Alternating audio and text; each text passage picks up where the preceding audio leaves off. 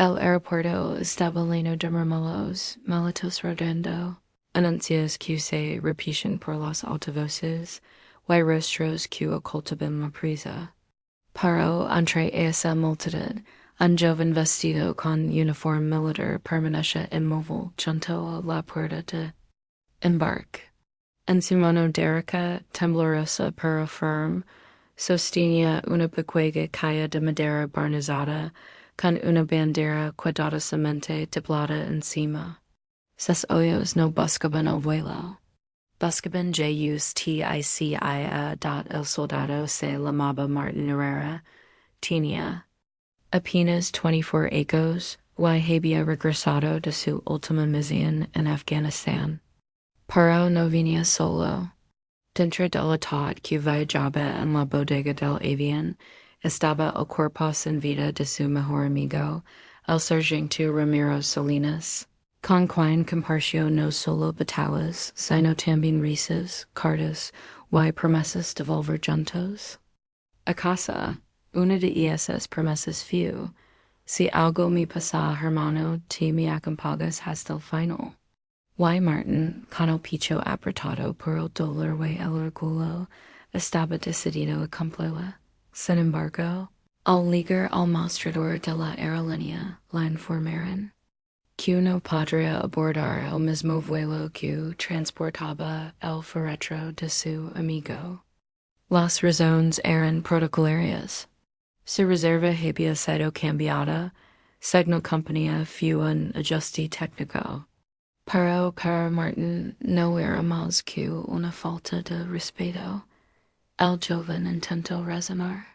Mostró sus documentos, explicó la situación, incluso mostró una carta oficial firmada por su comandante. Pero el personal detrás del escritorio se limitó a decir que no podían hacer nada. El sistema era inflexible, las reglas eran claras. El vuelo partiría, y él no estaría a bordo. Una mujer que hacía fila escuchó la conversación, luego un anciano con sombrero. Y después una madre con su hijo pequeño de la mano. En cuestión de minutos, la indignación comenzó a propagarse como fuego en campo seco. Nadie gritaba, pero las miradas, los susurros y los gestos hablaban por todos. Esto no se puede permitir. Fue entonces cuando un hombre de traje gris, con gafas y voz grave, se acercó al mostrador. Dijo que renunciaba a su asiento en el avión. Para que el soldado pudiera subir. A él se le unió una mujer mayor, luego un estudiante, después una pareja de recién casados. En operando, más de 20 pasajeros decidieron ceder sus asientos, obligando a la aerolínea a elegir o dejaban al soldado subir. O viajaría el avión con muchos asientos vacíos. El supervisor de la aerolínea, nervioso por la reacción colectiva, hizo varias llamadas por radio. Finalmente, miró Martin y, con gesto tenso, le dijo: puede haber de ardot no hubo aplausos. Solo en silencio solemne mientras el soldado pasaba entre los pasajeros, cada uno bajando la cabeza como muestra de respeto. Al llegar al avión, una azafata de ojos gemedos le indicó su asiento junto a la ventana, pero Martin no se sentó de inmediato. Se giró hacia la cabina y dijo: ¿puedo estar presente cuando vayan al féretro? La azafata conmovida hizo otra llamada. El capitán del vuelo, un veterano retirado, salió personalmente a su encuentro. Le estrechó la mano con firmeza y le respondió: claro que sí, soldado. Usted no solo vaya con nosotros. Es nuestro honor acompañarlo. El vuelo transcurrió en completo silencio. Nadie se quejó de retrasos ni turbulencias. Era como si todo el avión supiera que no volaban por turismo ni por negocios. Volaban para cumplir una promesa SAG hará da al aterrizar, Martin fu escoltado por el capitán hasta la zona de carga. Cuando abrieron la compuerta, el joven se cuadró frente al ataúd cubierto por la bandera. Un rayo de sol iluminó la madera. Polita. Martin levantó la mano en saludo militar, sin mover un solo músculo de su rostro, pero dando caer una lágrima que descendió lenta, pesada, cargada de histo arreda. Los pasajeros observaban desde las ventanas. Algunos lloraban. Otros simplemente cerraban los ojos y apretaban los labios. Todos sabían que estaban siendo testigos de algo que no se olvida, lealtad en su forma más pura. El sargento Salinas fue recibido por su familia en medio de una ceremonia íntima, pero en red social. Las imágenes del gesto de los pasajeros se hicieron virales. Miles de personas compartieron el video con mensajes de gratitud, de reflexión, de amor por un país donde a veces solo el pueblo recuerda lo que realmente importa. Martin no buscó fama, no aceptó entrevistas. Solo quería acompañar a su hermano hasta el final como prometio.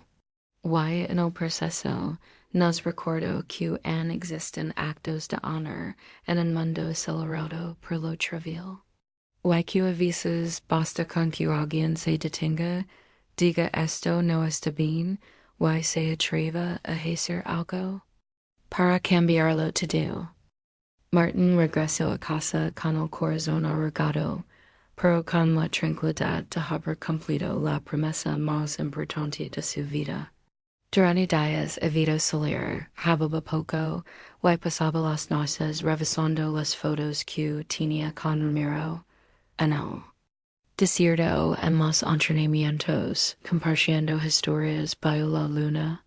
Cada imagen era un pupil, pero también una llama. Porque en cada sonrisa de su amigo encontraba fuerza, propósito. Y un mensaje que no había terminado de comprender una tarde, mientras caminaba por el parque que ambos solían visitar. De niñas vio un grupo de jóvenes entrenando. Algunos llevaban camisetas militares, otros simplemente se esforzaban por mejorar su condición física. Lo observaban todo con indiferencia, como si el uniforme fuera una meta superficial, un símbolo de poder más que de responsabilidad. Martin se acercó sin presentarse. Se sentó en una banca y los escuchó hablar. Algunos decían que querían entrar al ejército para tener un empleo seguro. Otros pensaban que era una forma rápida de ganar respeto. Nadie hablaba de servicio, de entrega, de sacrificio. Entonces, Martin se puso de pie. Yo tuve un hermano que murió en combate, dio en voz baja pero firme. Y lo que lo hacía diferente no era lo que vestía. Era como miraba a los demás, como se ofrecía a ayudar sin esperar nada a cambio. Ser soldado no es una profesión. Es una promesa constante de esta, cuando nadie más lo está. El grupo enmudeció. Algunos bajaron la cabeza, otros se quedaron congelados. Ninguno respondió. A partir de ese día, Martin comenzó a visitar academias, escuelas, incluso barrios conflictivos, contando su historia. No la del combate ni la del dolor, sino la del amor, la hermandad y el respeto.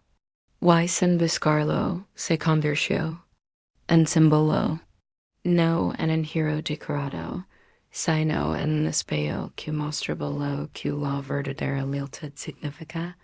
Un periódico local lo invitó a escribir una columna mensual. Él aceptó con una condición, que también se publicaran cartas de soldados. Caídos. Quería que el país conociera no solo los nombres, sino los pensamientos, las palabras llamadas de quienes habían dado todo. Pronto, su columna se transformó en un libro, hasta el último paso, en el relataba no solo su viaje.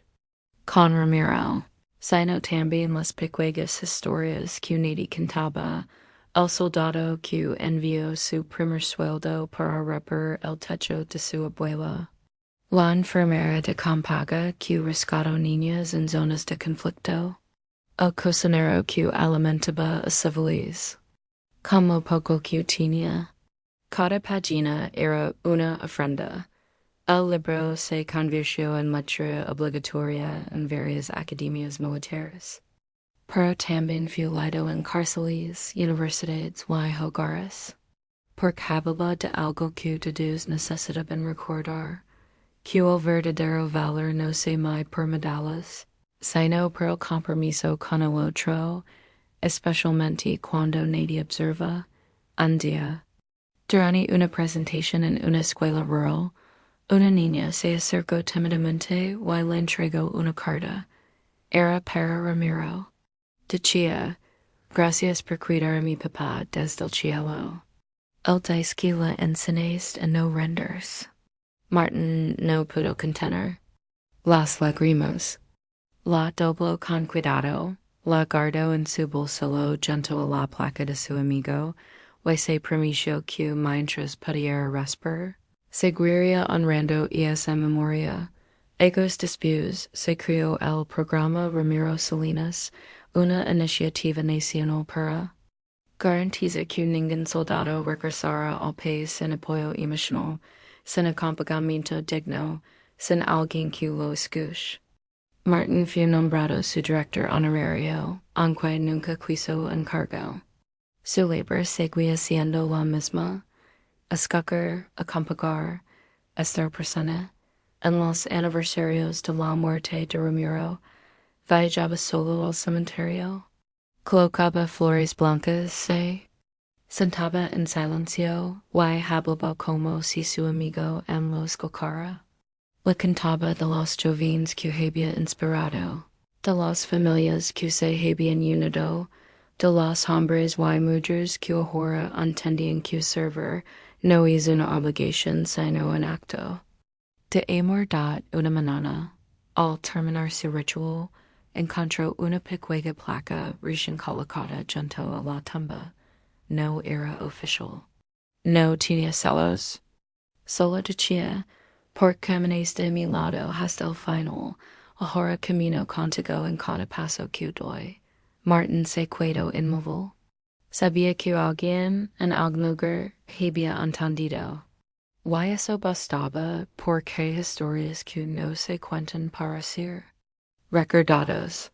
Se cuentan para despertar lo que el mundo parece haber olvidado, que incluso en medio de la indiferencia, el respeto, la hermandad y el amor pueden levantarse. Y hacerlo todo diferente.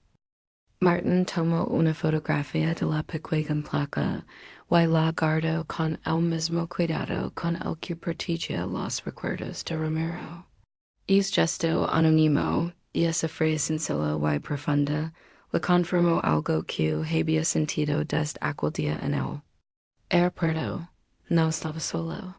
La historia de Ramiro no era solo suya, ahora era de muchos. Era un eco que resonaba en corazones desconocidos, despertando conciencia, sensibilidad y acción. En los meses siguientes, el programa Ramiro Salinas comenzó a expandirse a nivel internacional.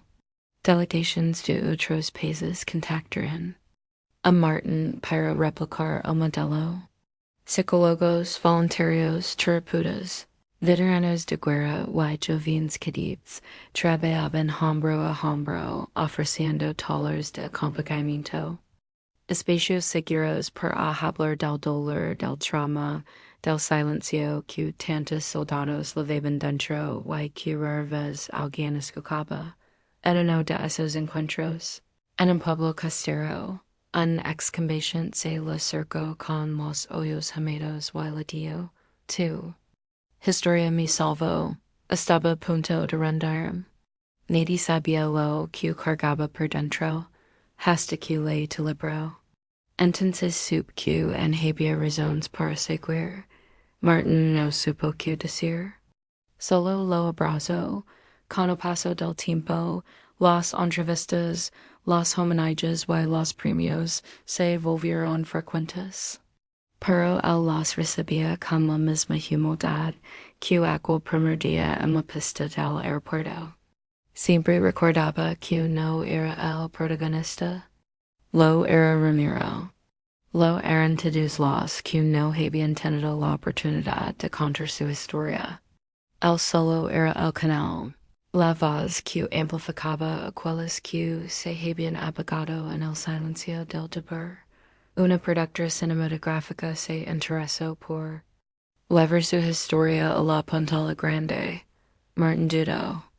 No quería que convirtieran en espectáculo algo tan íntimo.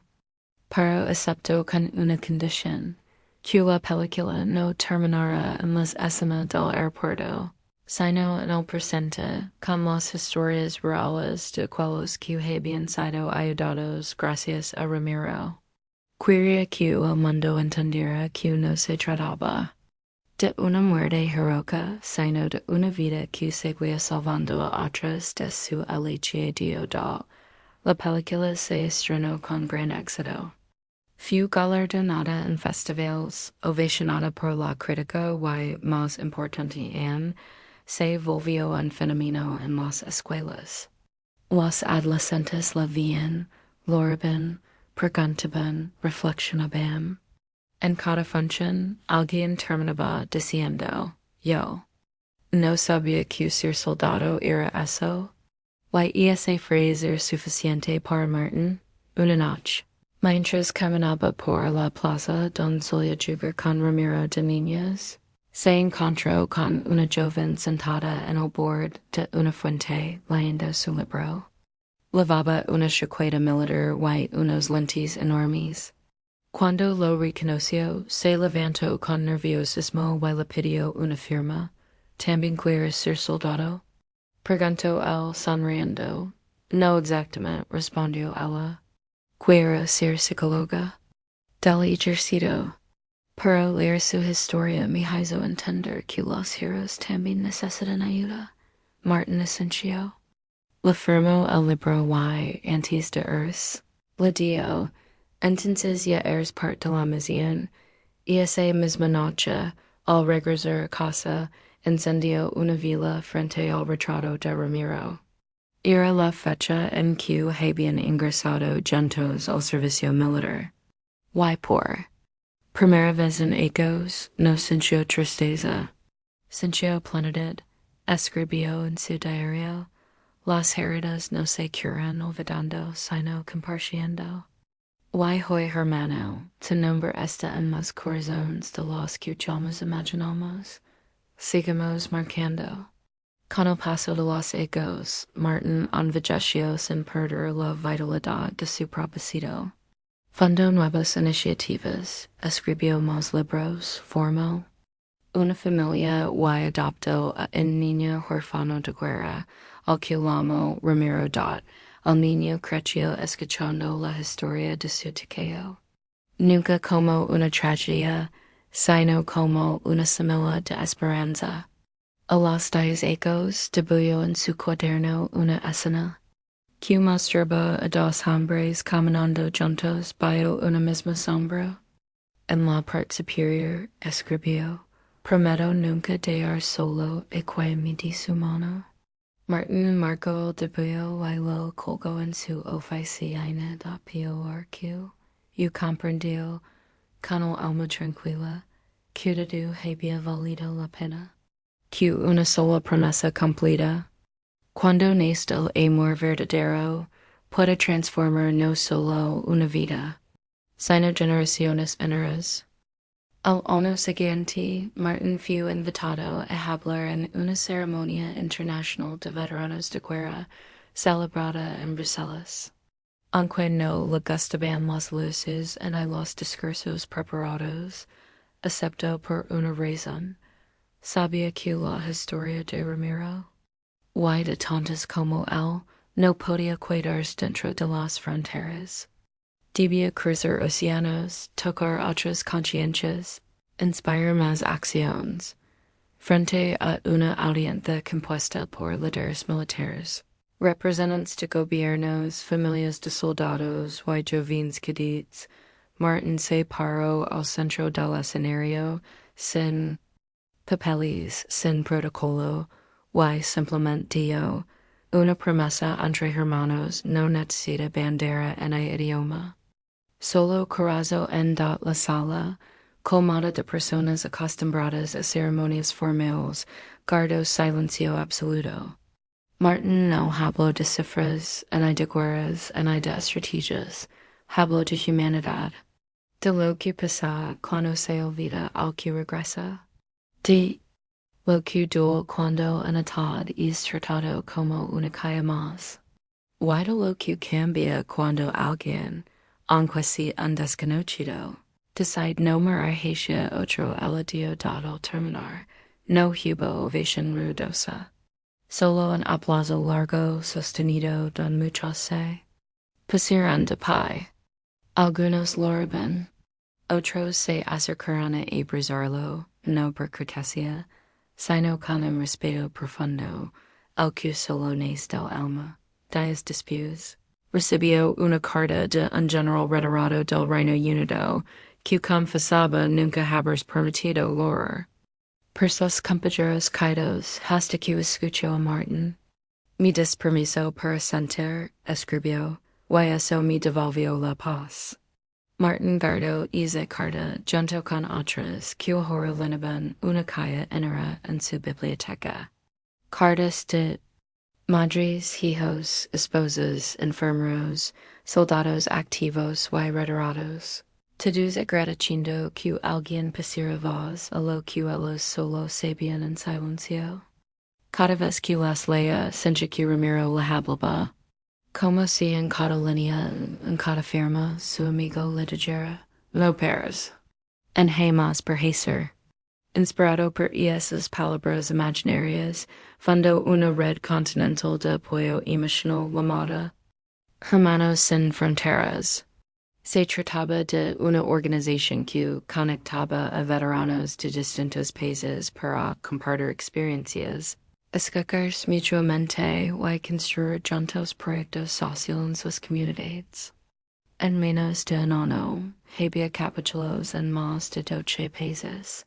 Martin viajaba constantemente, aunque su salud comenzaba a resentir los ecos de carga emocional, pero se negaba a detenerse.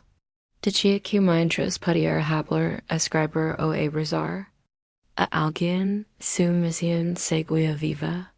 Y no era solo la de honrar a Ramiro. Era la de sembrar una cultura de memoria, respeto y acción. Un día, durante un evento en Chile, conoció a un joven que se le acercó con una mochila rota y una libreta bajo el brazo. Le pidió que le firmara la primera página, don había dibujado en avión, una bandera de plata, y dos figuras caminando juntas hacia el horizonte. Le contó que su padre había sido soldado y que murió sin que nadie lo reconociera. Su sueño era estudiar periodismo y contar historias como la de Ramiro, para que ningún héroe fuera olvidado.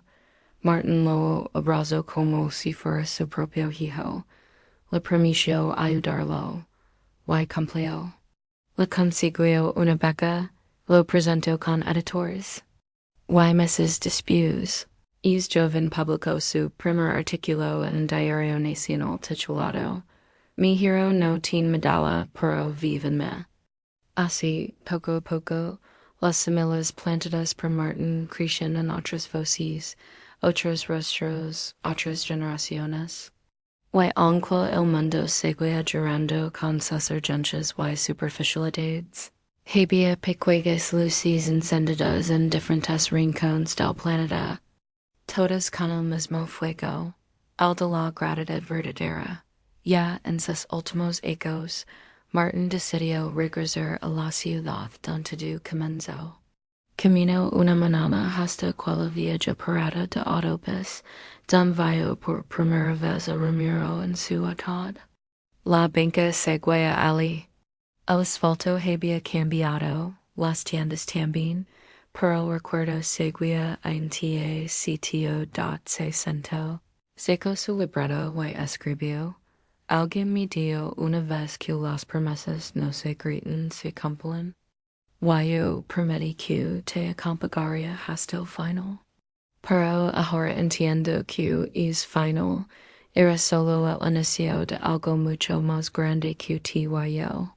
Guardo la libreta, cerro los ojos y respiro hondo. No tenía miedo a la muerte. Había vivido una vida completa. Había amado, había servido, había inspirado.